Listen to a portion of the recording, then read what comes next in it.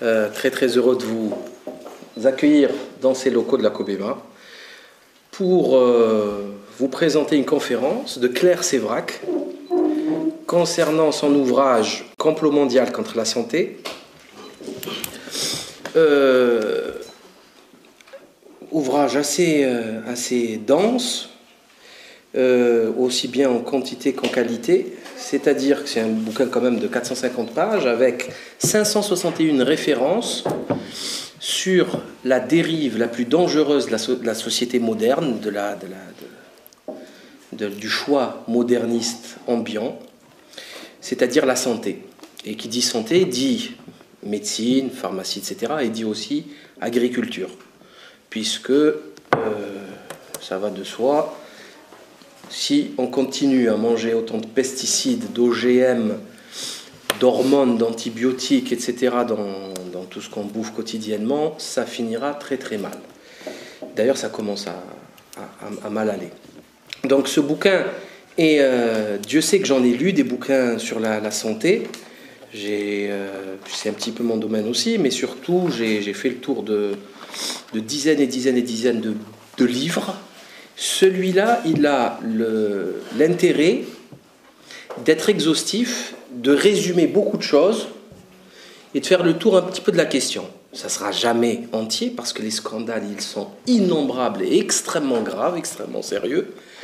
Bien sûr, on les découvre après coup, quand il y a eu 2000 morts, le Mediator.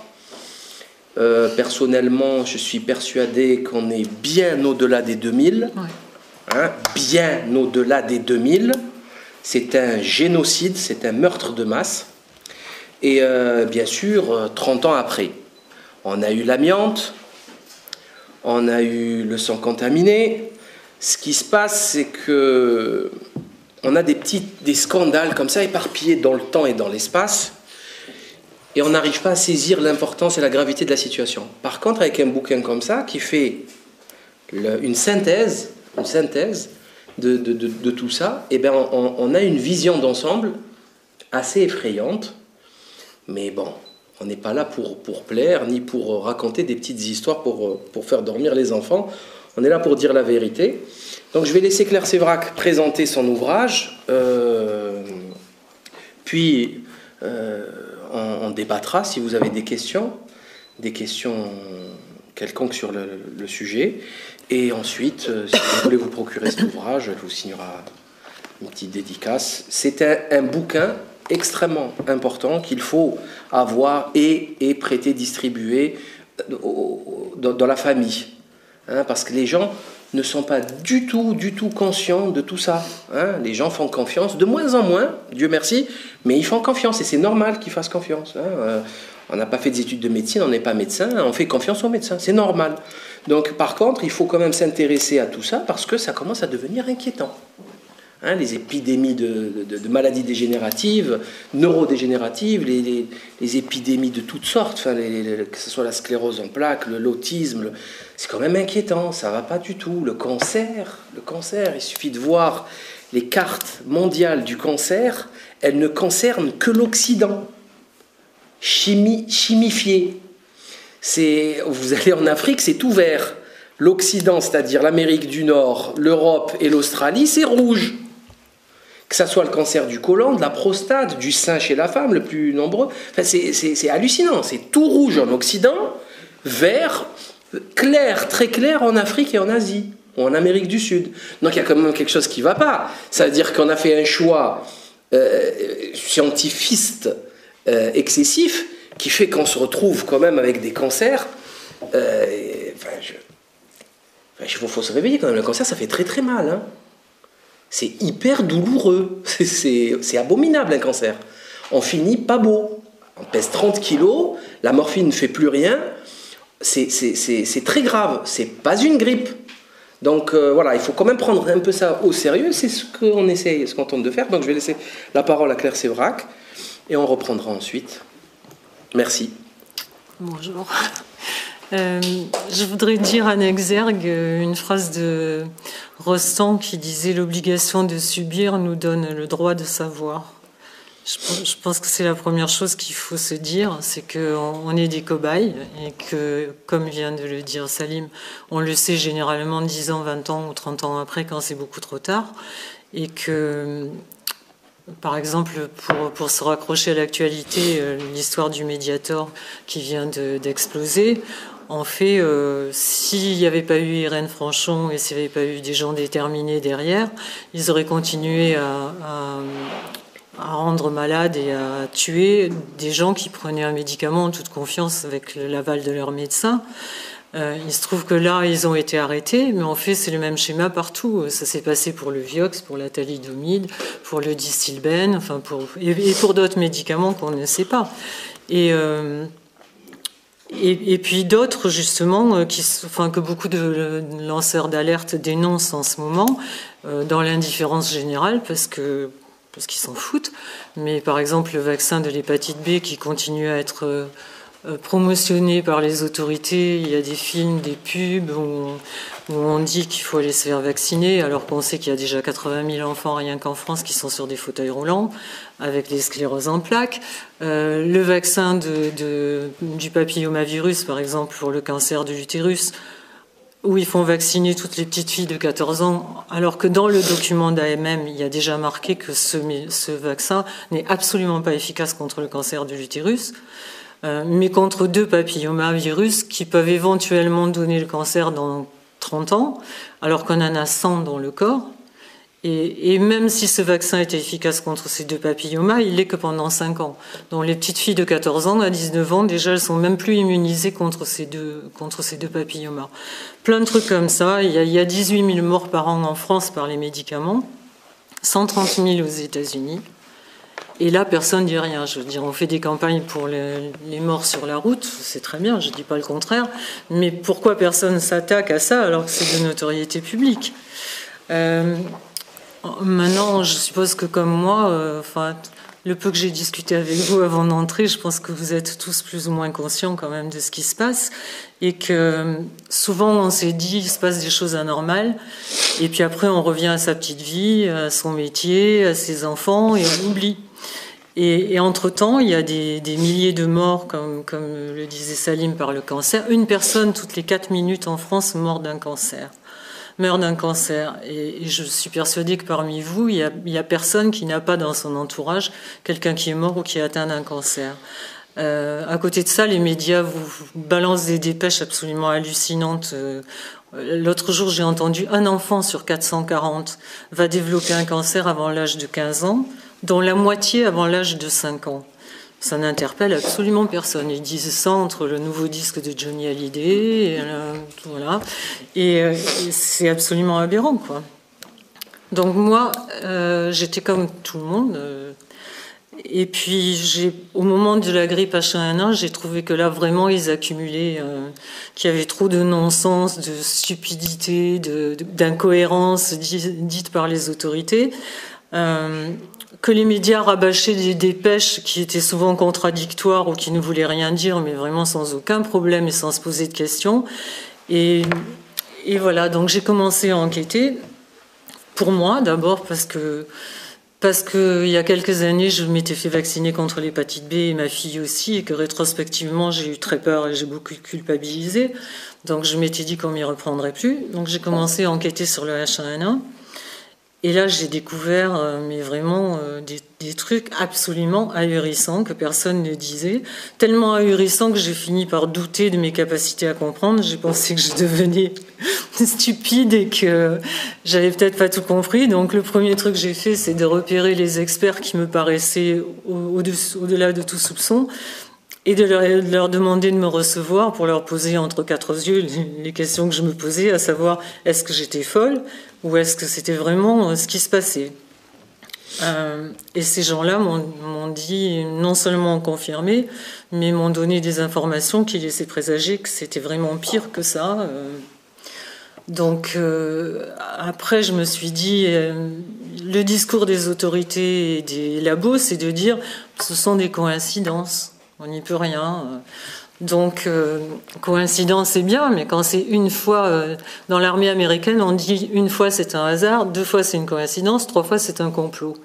Or là, quand on remonte un peu l'histoire, on s'aperçoit qu'ils nous ont fait 50 fois le coup dans les dernières décennies, toujours avec le même plan. C'est-à-dire au départ, on nous dit tel médicament, c'est génial. Quand ça commence à chauffer un petit peu, ils nous disent oui, d'accord, mais il n'y a aucune preuve qu'il y ait une relation de cause à effet. Et puis quand ça va très très mal, ils nous disent oups, dans l'état des connaissances de l'époque, on ne pouvait pas savoir que c'était dangereux. Or bon, je veux dire que quelqu'un ne sait pas le métier, s'en rend pas compte, d'accord, mais ces gens-là, soit ils ont pris le serment d'Hippocrate. Prêter le serment d'Hippocrate, et donc leur première, eux devraient se poser la question avant de nous balancer des médicaments, ils devraient se demander si c'est vraiment bon ou nocif. Les politiques, j'en parle même pas, parce que comme ils ont été élus normalement pour prendre soin de nous, c'est un peu, voilà quoi. Donc après ça, on s'aperçoit que c'est vraiment le même plan. C'est-à-dire que dans chaque domaine, que ce soit dans l'agriculture, dans l'élevage ou dans les médicaments, c'est exactement le même plan, c'est la même stratégie. C'est-à-dire que quand on regarde depuis les dernières décennies, ils nous ont fait je ne sais pas combien d'alertes à la grippe en nous disant qu'on allait tous mourir. À un moment donné, quand on voyait une oie dans un jardin, on commençait à avoir la trouille d'attraper la grippe aviaire. Après, ça a été bon. Et chaque fois, quand on regarde derrière, on s'aperçoit que, par exemple, les épidémies de grippe correspondent au moment où Rumsfeld est rentré 2 fois au gouvernement des 2 Bush, le père et le fils. La première fois, il a fait passer l'aspartame, et la deuxième fois, il a fait passer le Tamiflu. Et comme par hasard, après que le Tamiflu était homologué, on a eu des épidémies de grippe absolument, qui n'existaient même pas d'ailleurs. Donc là, on se rend compte que tout le système est verrouillé. Et qu'il n'y a pas, il faut absolument réagir par rapport à ça, parce que on ne sait pas comment ça a été possible. Enfin, moi, la question que je me posais, c'est comment ils sont arrivés à nous faire, à nous mener en bateau comme ça, et comment ça a été possible. Et donc, j'ai commencé à remonter dans le temps, et on s'aperçoit qu'en fait, ça a démarré après la deuxième, ça a pris de l'ampleur après la Deuxième Guerre mondiale. Quand un monsieur qui s'appelait Rockefeller a commencé à s'acoquiner ou plutôt à s'associer avec I.G. Farben en Allemagne, sans aucun problème, ils ont vendu aussi bien aux Alliés qu'au régime nazi. I.G. Farben, ils avaient quand même I.G. Farben Auschwitz où ils faisaient leurs petites expériences, ce qui fait que tout ce qu'ils nous ont dit après-guerre, qui étaient des découvertes d'après-guerre, c'était en fait ce qu'ils avaient trouvé en faisant les expériences sur les gens à ce moment-là qui étaient sans défense dans les camps de concentration. Après la guerre, on s'aperçoit que Fritz Dermer, qui était le patron d'I.G. Farben, a pris 4 ans à Nuremberg, ce qui n'était déjà pas terrible vu le nombre de morts, mais il est sorti très très vite après parce que Rockefeller à ce moment-là était rentré dans le gouvernement américain, donc il a pu très vite le faire sortir. Et après ça, ils se sont dit qu'est-ce qu'on peut faire pour gagner du fric maintenant qu'on a raté notre coup. Et puis je pense qu'ils avaient pris goût un peu à la mondialisation déjà en vendant sur 2 ou 3 pays. Et donc ils se sont dit qui contrôle la nourriture contrôle le monde, premièrement.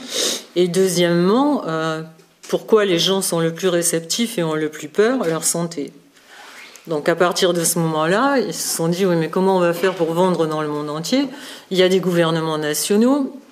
Il va falloir chaque fois qu'on se lutte avec les gouvernements de tous les pays du monde. Donc ils ont trouvé une idée géniale. Ils se sont dit, on va faire des organismes internationaux qui vont coiffer les gouvernements nationaux. Et ils nous ont vendu ça avec un emballage absolument sublime, c'est-à-dire l'ONU, pour qu'il n'y ait plus jamais de guerre. Dans la sortie de la Deuxième Guerre mondiale, je comprends que les mecs n'aient plus envie. Après ça, le FMI, pour aider tous les nécessiteux du monde, c'était tellement joli chaque fois que c'est normal qu'on ait adhéré. L'OMS, pour qu'il n'y ait plus jamais de malades, que tous les malades soient traités à égalité partout. L'OMC, pour que vraiment il n'y ait plus de gens qui meurent de faim dans le monde. C'était extraordinaire. Le problème, c'est que ces institutions supranationales non élues n'ont servi qu'à protéger les intérêts des cartels. En fait, c'était une façon de faire du profit dans le monde entier. Et c'est comme ça que plus elle faisait du profit, plus elle devenait importante et incontournable. Et c'est comme ça qu'on est maintenant, je pense, gouverné par les multinationales, par 200 ou 300 personnes dans le monde, pas plus. Comme ils étaient très intelligents, ils n'ont rien laissé au hasard.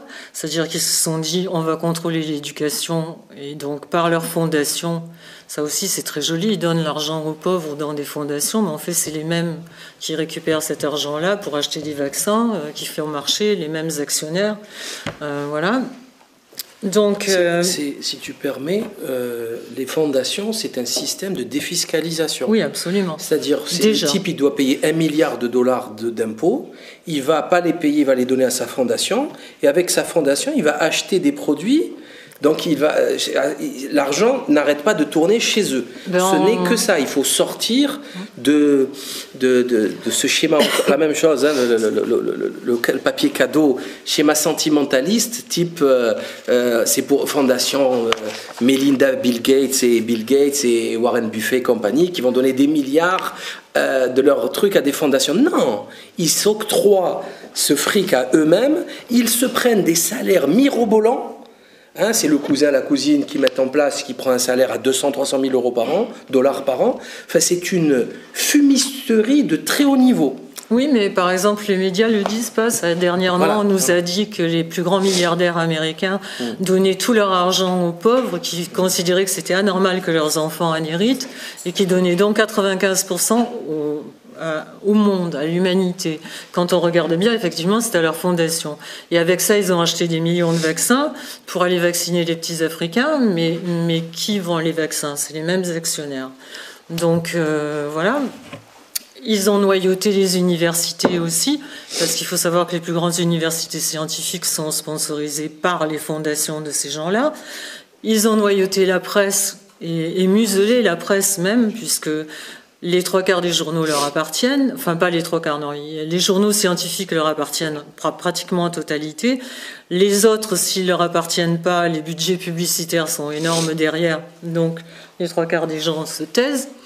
Parce qu'il faut savoir que les labos, c'est pas seulement les médicaments, c'est l'eau de Cologne bien-être, les yaourts machin. Bon, donc la plupart du temps, les gens se couchent devant les sommes astronomiques qui leur sont proposées. Il y a aussi la désinformation des médecins, puisque les journaux qui arrivent sur le bureau des médecins sont tous des journaux qui sont sponsorisés par les labos. Pour la petite histoire, en France, les journaux, le quotidien du médecin, tous les journaux qui arrivent pour l'information des médecins appartiennent aux frères de Kouchner. C'est à peine un petit conflit d'intérêts. Les experts achetés, bien évidemment, tout le monde en a entendu parler ces derniers temps. Il faut savoir aussi que les experts qui ne sont pas achetés, qui sont très propres et qui arrivent là-dedans, se rendent compte qu'ils ne peuvent pas faire grand-chose dans la mesure où... par exemple, pour avoir un AMM, une autorisation de mise sur le marché d'un médicament ou d'un produit, l'AFSAPS, par exemple, qui statue là-dessus en France, n'a pour être tenu au courant ou pour statuer que les données du labo. Il n'y a aucune contre-expertise qui est possible. Donc on voit mal le labo dire voilà, on vient de sortir un médicament, ça nous a coûté 4 milliards, mais c'est vraiment de la merde. Donc le jeu est vite plié. Que ces instances sont financées, par exemple, l'instance européenne est financée à 70% par les labos, l'AFSAPS est financée à 83% par les labos en France et la FDA à 50%.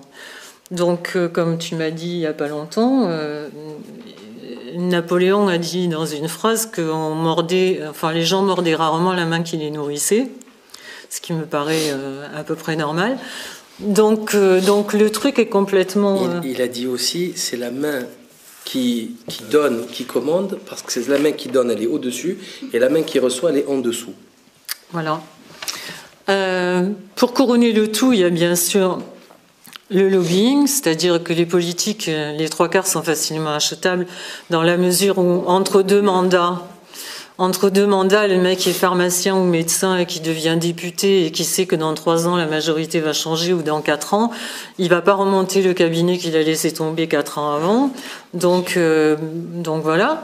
Et de là vient le système des portes tournantes ou les chaises, je sais pas comment tu l'as dit tout à l'heure, ou le pantouflage, ce qu'on veut, c'est-à-dire qu'on se rend compte que, par exemple, quelqu'un va être président de Monsanto pendant 2 ans. Quand il faut faire passer une loi sur les OGM, on le fait rentrer à la FDA.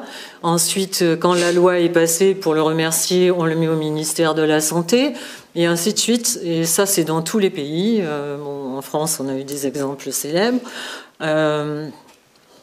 Et voilà, c'est comme ça que passent les lois, par exemple, sur les OGM, où on nous dit déjà qu'un OGM est égal. Ils ont fait passer la première chose qu'ils ont fait passer, c'est la loi d'équivalence en substance, c'est-à-dire qu'un OGM égale un poireau OGM égale un poireau pas OGM. Donc à partir de là, c'est circulé, il n'y a rien à voir puisque c'est les deux mêmes. On n'a pas besoin de demander d'autorisation. Mais à côté de ça, quand ils ont créé un OGM, ils demandent la propriété parce qu'ils ont mis un germe, dont une séquence d'ADN différente, dans le truc. Donc déjà, ça tient pas debout.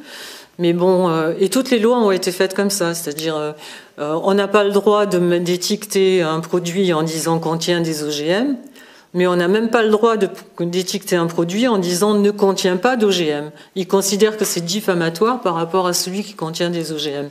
Donc, nous, consommateurs, on ne peut pas s'en sortir. Je veux dire, on est au courant absolument de rien.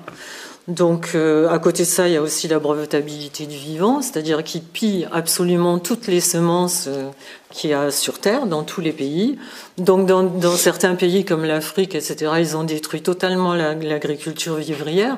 Donc, c'est vrai que les gens étaient pauvres, mais au moins, ils pouvaient cultiver leur agriculture locale et manger. Maintenant, ils peuvent plus, parce qu'on leur vend la semence avec le pesticide et l'herbicide et l'engrais qui va avec, qui détruit tout le reste autour. Et souvent, les semences sont aussi terminators, c'est-à-dire qu'elles se détruisent après la première récolte. Donc quand ils viennent nous dire que les OGM sont indispensables parce qu'il faut nourrir 7 millions de gens sur la planète, c'est pas vrai. 7 milliards, pardon.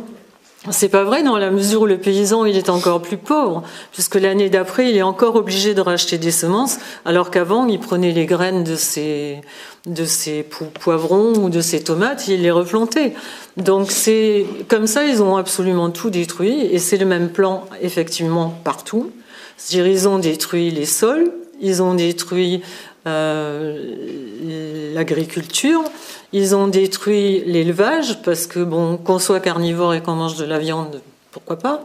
Mais ce qu'ils ont fait dans les élevages industriels, c'est absolument abominable pour les bêtes. Déjà, la façon dont ils les traitent est absolument monstrueuse. Et en plus, nous, comme c'est dans des conditions d'hygiène absolument dégueulasses, ces bêtes sont bourrées d'hormones déjà et ensuite d'antibiotiques. Ce qui fait que ça nous rend, nous, résistants aux antibiotiques, parce que nous, on est en bout de chaîne. C'est-à-dire quand on vous dit, oui, mais c'est une dose minime, ça ne fait rien sur la santé. Oui, mais ça, c'est sur un aliment. Quand on en mange 10 par jour et qu'il y a 10 doses dedans, ça nous rend complètement résistants. Et le poisson, c'est pareil. Ils nous disent, oui, mais pour nourrir la planète, on ne pourra pas, on est obligé de faire du poisson d'élevage parce qu'il n'y a pas assez de poissons dans les mers pour nourrir tout le monde. Quand on sait qu'il faut 5 kilos de poissons de mer pour faire 1 kilo de poissons d'élevage, cherchez l'erreur, qui est-ce qui vide les mers? Le problème, c'est que le pêcheur qui part à la pêche et qui vend ses poissons à la criée, là, comme sur le port, hein, sur le vieux port, ou le paysan qui fait ses jambons et qui les vend au marché, ils peuvent rien prélever dessus. Donc le but étant de prélever sur tout et d'avoir le monopole, il fallait absolument qu'ils détruisent toutes les structures artisanales pour pouvoir toucher leur dîme sur tous les produits. Donc voilà. Ils n'ont pas détruit que ça, ils ont détruit aussi l'économie, parce que si c'était pour nous rendre plus riches, en meilleure santé, etc., il faut croire qu'ils ont tout raté, parce que je veux dire, tout est foutu. En fait, c'est une poignée de banksters qui a décidé de s'approprier tout ce qu'il y avait comme richesse au monde. Oui, pour les semences, il y a aussi un truc qui est très marrant, c'est qu'au fur et à mesure qu'ils empêchent les semences de se reproduire, eux, les mêmes, Bill Gates, Rockefeller, Monsanto, Syngenta, ont monté au pôle Nord un coffre-fort, en Islande, un coffre-fort énorme, dans lequel eux gardent toutes les séquences ADN. Par contre, les paysans n'en ont plus, parce que pour faire homologuer une semence, ça coûte 400 000 €, et que bon, très peu de gens ont les moyens, sauf les gros groupes, de le faire. Ils essayent aussi d'interdire toutes les substances naturelles. Le purin d'ortie, par exemple, est passible de 4 ans de prison et de 250 000 € d'amende. Alors pourquoi ? On a tous des orties dans son jardin, et c'est le plus grand fertilisateur de la terre. Simplement, le purin d'ortie n'est pas brevetable, parce qu'on en a tous. Donc voilà, en fait, ils confisquent absolument tout à leur profit. Et si tu permets, concernant les élevages, il y a des passages dans le livre sur les élevages assez monstrueux, mais vraiment monstrueux. Et c'est pas pour faire le malin, mais j'ai rarement entendu Brigitte Bardot s'en plaindre. Et ça me dérange. Pourquoi ? Parce que, par exemple, les poules, elles sont tellement accélérées dans leur croissance que leurs pattes se brisent sous leur poids. L'élevage de porcs, mais c'est abominable. C'est pas imaginable. Les truies sont attachées, quand elles donnent naissance à des petits, elles ne peuvent même pas se retourner pour les lécher, ni pour les... rien. Même pas les regarder, même pas regarder sa progéniture. C'est pas humain. Les poussins, ils passent à la broyeuse directement, les plumes vivants et tout, pour faire des trucs pour les chiens, les chats, nos animaux. Le poisson au Vietnam, on accélère la pendaison avec des hormones féminines urinaires qu'on trouve dans l'urine séchée. On donne avec de l'hormone de femme enceinte. De l'hormone de femme enceinte. Contenu dans les urines de femme enceinte. C'est quand même, on donne pas ça à manger quand même. On donne pas ça, c'est pas possible. Quand on pense qu'on a donné des placentas d'hommes qui ont été récupérés en Suisse dans des maternités, qui ont été séchés, envoyés à bouffer aux bovins, c'est quand même... on a fait le tour de la question, là on est arrivé au bout, là. Je crois que c'est bon, ça suffit, on arrête. Il faut arrêter, on arrête. C'est plus possible. On ne jette plus rien et on donne on devient cannibale. On donne à la vache à bouffer du placenta humain. C'est une information du Monde. C'est sorti dans Le Monde il y a quelques années quand même. Donc il y a des passages sur l'élevage, sur les lapins, les poules, le porc, le poisson, vraiment apocalyptiques. Il faut absolument lire ça. Et non, je t'en prie. Et donc j'étais très en colère au fur et à mesure que je découvrais tout ça, et je me suis dit que d'abord c'était une insulte à notre intelligence, c'était une insulte à la confiance qu'on leur faisait, parce qu'on pense que parce qu'on a élu des gens, ils vont prendre soin de nous, ils le font pas. Et je savais que j'allais avoir des problèmes en appelant le livre Complot mondial contre la santé, parce que la dernière magouille des labos, c'est bien évidemment de dire que tous les gens qui les dénoncent sont des complotistes qui veulent leur mort. Mais en fait, qui sont les complotistes ? Est-ce que c'est nous qui dénonçons, ou est-ce que c'est eux qui s'allient derrière notre dos et qui d'abord confisquent les richesses de l'humanité qui ne leur appartiennent pas, ensuite qui s'en servent dans des buts qui nous sont néfastes. C'est-à-dire que quand on regarde la définition, parce que je suis allée jusque-là dans le dictionnaire du mot complot, c'est des gens qui se réunissent derrière notre dos dans des buts néfastes. Or, qu'est-ce qu'ils font ? Je veux dire, pas autre chose que ça, puisque nous, on croit... Enfin, moi, je fais partie de la génération qui a cru dur comme fer à la démocratie, qu'il fallait aller voter et s'exprimer pour avoir le droit de se plaindre après. Or, on s'aperçoit que ce petit noyau de 200 ou 300 personnes en ont rien à foutre des gouvernements et de la démocratie. Eux se réunissent derrière notre dos dans des sociétés secrètes, et qui prennent les décisions sans nous, alors que ce ne sont pas des gens qui sont élus par nous. et qui prennent les décisions qui sont bonnes que pour eux, c'est-à-dire aucune entrave au marché, quelles que soient les conséquences.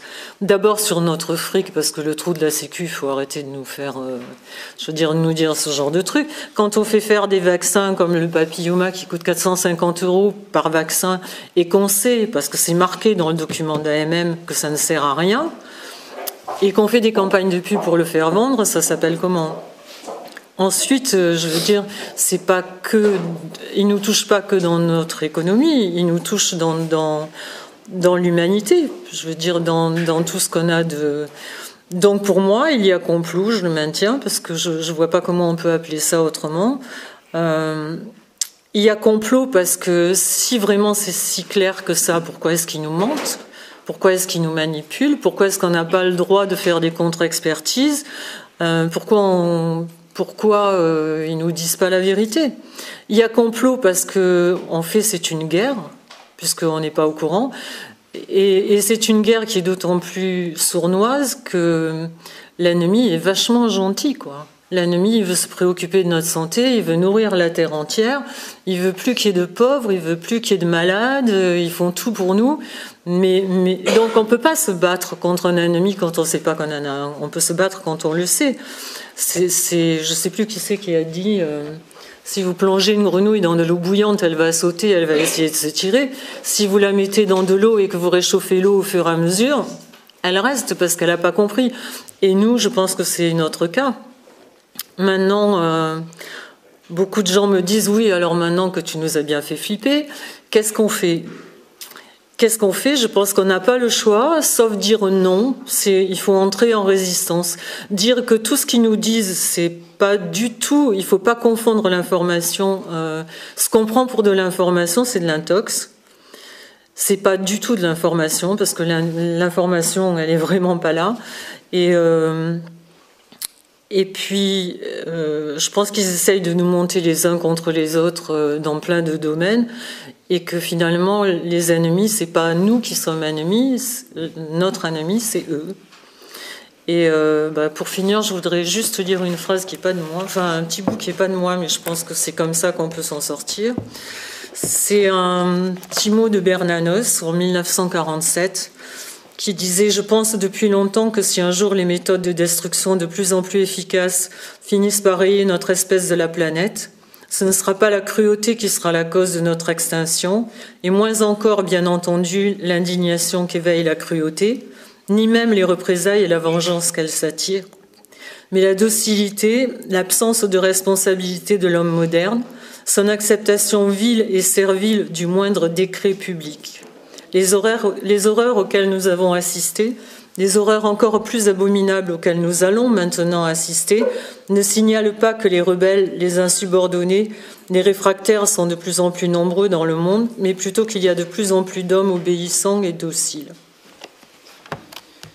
Voilà. Je vous ai bien plombé.